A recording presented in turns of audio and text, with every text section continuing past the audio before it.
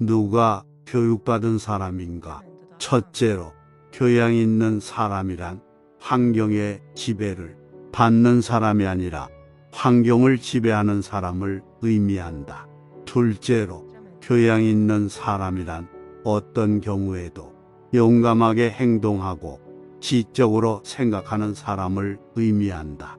셋째로, 교양 있는 사람이란 모든 것을 명예롭게 처리하는 자, 다시 말해서 마음에 들지 아니하는 사람과 물건까지도 정정당당하게 처리하는 사람을 의미한다.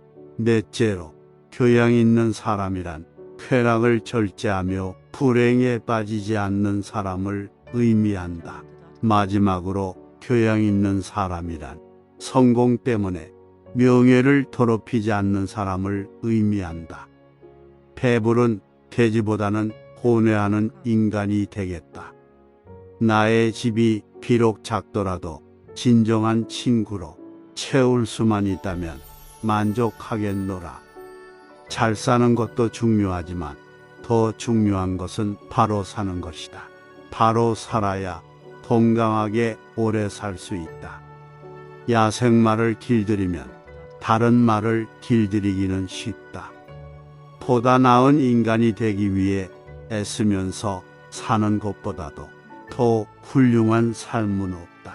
그리고 실제로 보다 나아지고 있음을 느끼는 것보다도 더 큰 만족감은 없다.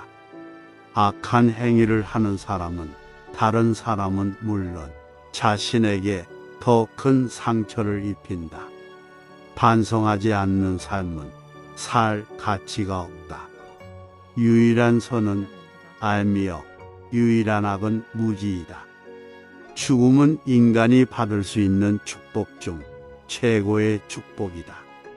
가장 적은 것으로도 만족하는 사람이 가장 부유한 사람이다.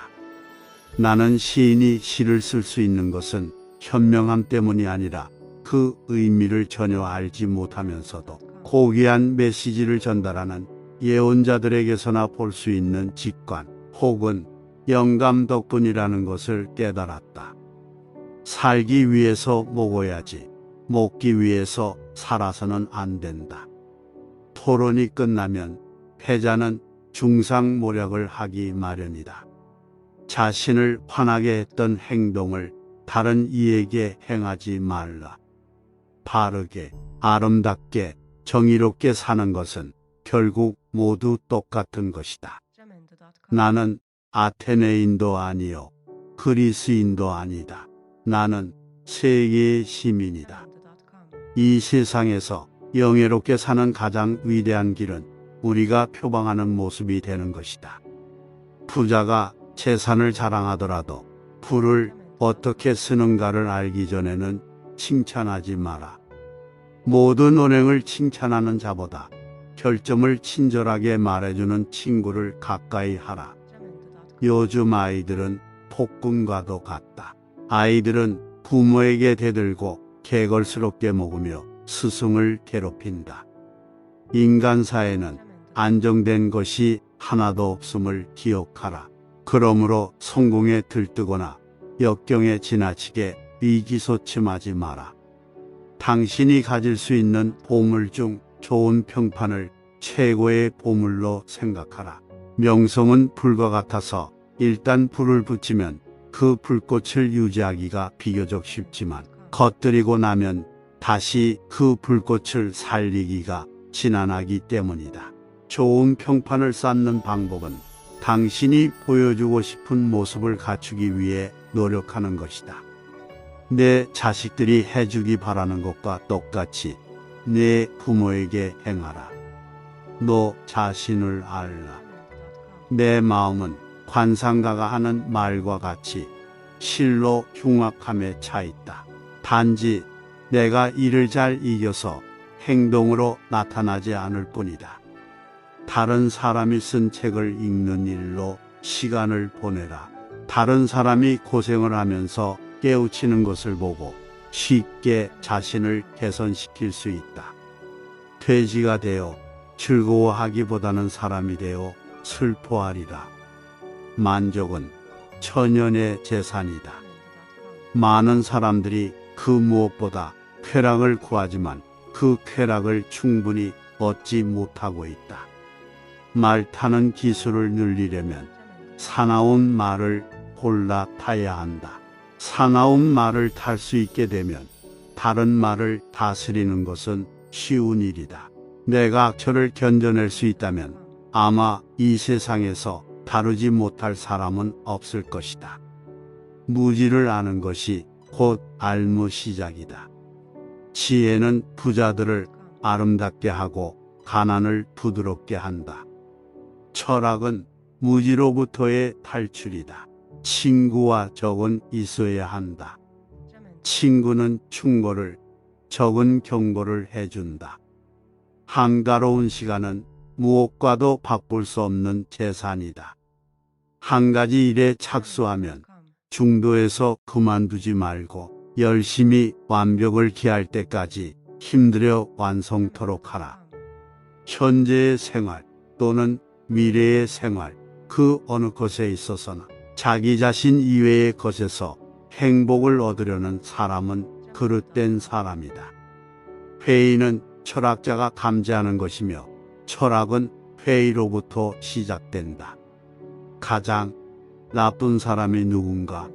그대가 줏대 없이 이리저리 마음이 흔들리도록 꼬드기는 사람이다. 가장 빠르게 덕이 높은 인간이 되기 위한 최선의 방법은 그렇게 되도록 자신의 수양을 쌓는 일이다. 덕이 높은 사람들을 보면 그들은 모두 스스로의 노력에 의하여 위대해졌다는 사실을 알게 될 것이다. 가장 적은 욕심을 갖고 있기 때문에 나는 신에 가까운 것이다. 각자의 건강에 주의하라. 살이 분별이 있는 인간이 운동과 식사 문제에 주의해서 무엇이 자기에게 좋고 무엇이 자기에게 나쁜 것인가 하는 것을 의사 이상으로 잘 알아야 한다. 결혼하는 편이 좋은가 아니면 하지 않는 편이 좋은가를 묻는다면 나는 어느 편이나 후회할 것이라고 대답하겠다. 국가란 어머니와 같은 것이다. 그 사람보다 내가 지혜가 있다. 왜냐하면 그 사람도 나도 아름답고 선한 것에 관해서는 아무것도 모르는 것 같은데, 그러나 그 사람은 모르면서도 무엇인가 아는 것처럼 생각하고 있고, 그와 반대로 나는 아무것도 모르기 때문에 그대로 모른다고 생각하고 있다. 그래서 나는 모르는 것을 모른다고 생각한다는 바로 그 조그만 점에서 그 사람보다는 내가 지혜롭다 할 것이다. 나는 단 한 가지 사실만은 분명히 알고 있는데 그것은 내가 아무것도 알지 못한다는 것이다.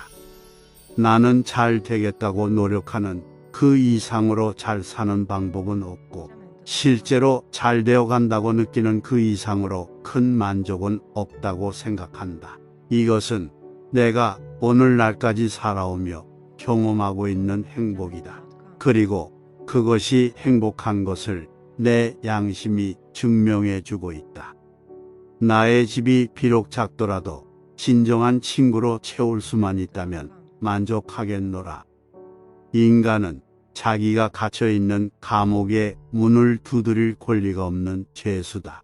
인간은 신이 소환할 때까지 기다려야 하며 스스로 생명을 끊어서는 안 된다. 인생의 시초는 곤란이다. 그러나 성실한 마음으로 물리칠 수 없는 곤란이란 거의 없다. 자기 부모를 섬길 줄 모르는 사람과는 보타지 말라. 왜냐하면 그는 인간의 첫걸음을 벗어났기 때문이다. 자네가 물에 빠져 숨 쉴 공기를 원했듯이 지식을 원한다면 자네도 얻을 수 있다네. 조국은 어머니보다도 아버지보다도 또 그 밖의 모든 조상들보다도 더욱 귀하고 더욱 숭고하고 더욱 신성한 것이다. 우리는 조국을 소중히 여기고 조국에 순종해야 한다. 죽음을 면하기란 그다지 어려운 일이 아니다. 오히려 비굴함을 면하기가 훨씬 더 어렵다. 그것은 죽음보다 더 빨리 달리기 때문이다. 죽음이란 영원히 잠을 자는 것과 같다. 죽음이란 육체로부터의 해방이다.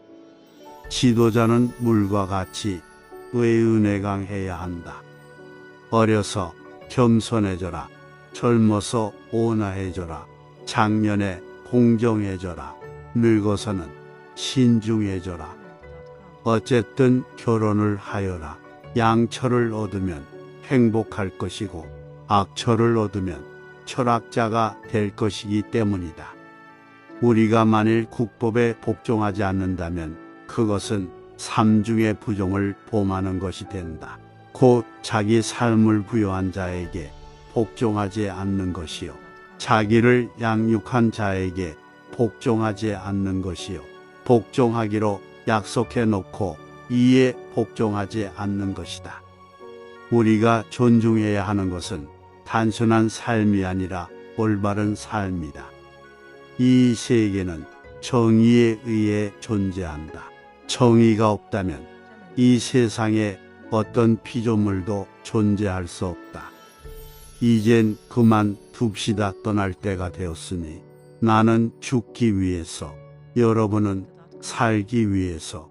그러나 우리들 중에 어느 편이 더욱 좋은 일을 만날는지 그건 신밖에 아무도 모릅니다.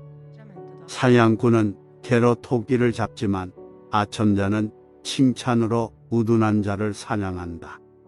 사람은 혼자 사는 것보다는 누구하고라도 함께 사는 것이 좋다. 더구나 형제자매 사이에 있어서야. 삶에서 멀리 가면 갈수록 그만큼 진리에 가까이 하는 것이다. 선인은 살기 위해서 먹고 마시는 반면 악인은 먹고 마시기 위해서 산다. 나의 아들이여, 내가 만일 부모의 근심을 모른다면 아무도 너의 벗이 되지 않을 것이다. 악법도 법이다. 나는 법률을 어길 수 없다. 악은 인간이 선에 대해 잘못 생각하고 있다는 사실에서 기인한다. 악한 행위를 하는 사람은 다른 사람은 물론 자신에게 더 큰 상처를 입힌다. 시청해 주셔서 감사합니다.